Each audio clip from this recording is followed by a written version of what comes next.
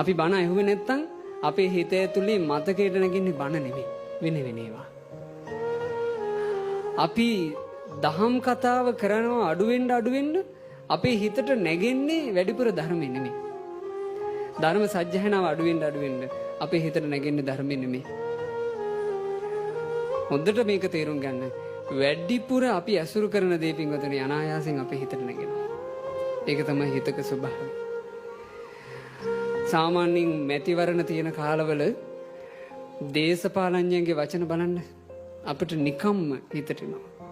ඇයි අපි වැඩිපුර අහනවා ඒවා. ඒව ඇහුවට පස්සේ අපේ හිතට නොදැනීම ඒව නැගෙනවා. ඒව අපිට නොදැනී අනායාසයෙන් සිද්ධ වෙන දේවල්. ඔයාලා ධර්මයේම නම් අහගෙන ධර්මයේම නම් සජ්ජායනා කර කර ඉන්නේ.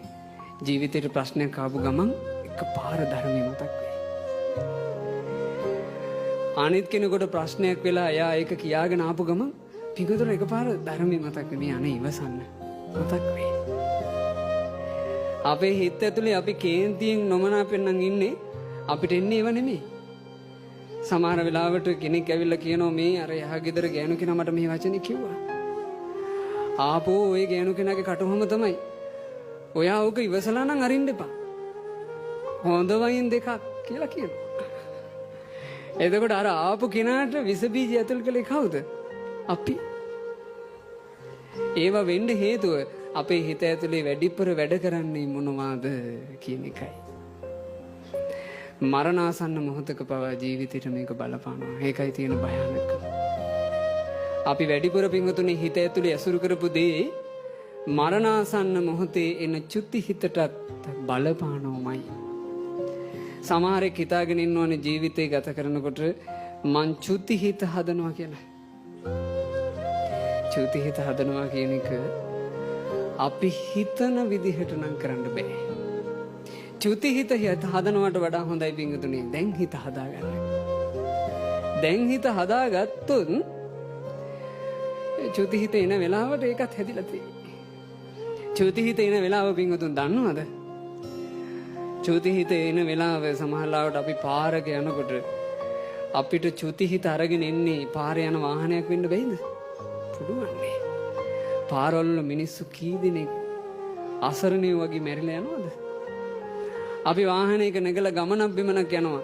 ඒ අපේ ගමන වෙන්න බැයිද අපිට චුති හිත එන ගමන? අපි හොඳට කාලා රාත්‍රියේ හිට අවදි වෙන්නම් කියලා නිදා ගන්නවා. පපුව හිර වෙනවා.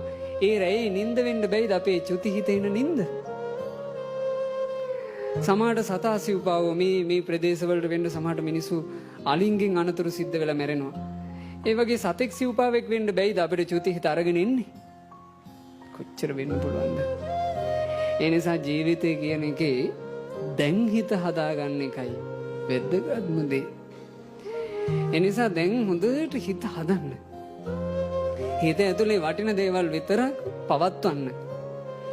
බණපදයක් අහලා ඉවර වෙනකොට ඒ බණපදයට අදාළ කාරණා ඔය సంతානයේ ඇතුලේ ලස්සනට තැම්පත් කරගන්න මහන්සි වෙන්න. වටින දේවල් ගොඩක් ඔබේ හිතේ තැම්පත් වෙනකොට නිකම්ම නොවටිනා දේවල් හිතින් ඈත් වෙලා යයි. අපිට වැඩේ වෙන්නේ නොවටිනා දේවල් සෑහෙන්න තැම්පත් කර ගන්නවා. ඊට පස්සේ වටින දේවල් තියාගන්න ඉඩ නැහැ. ධර්මයේ වගේ දේවල් ඉක්මනින් හිතින් මැකලා යන්න හේතුව ඒක. ධර්මෙ නිතර මෙනෙහි කරන්න. ධර්මෙ නිතර මෙනෙහි කරනවා නම් දහම් මානසිකාරයෙන් සෑහෙන අවුල් විසඳෙනවාමයි. සෑහෙන අවුල් විසඳෙනවා.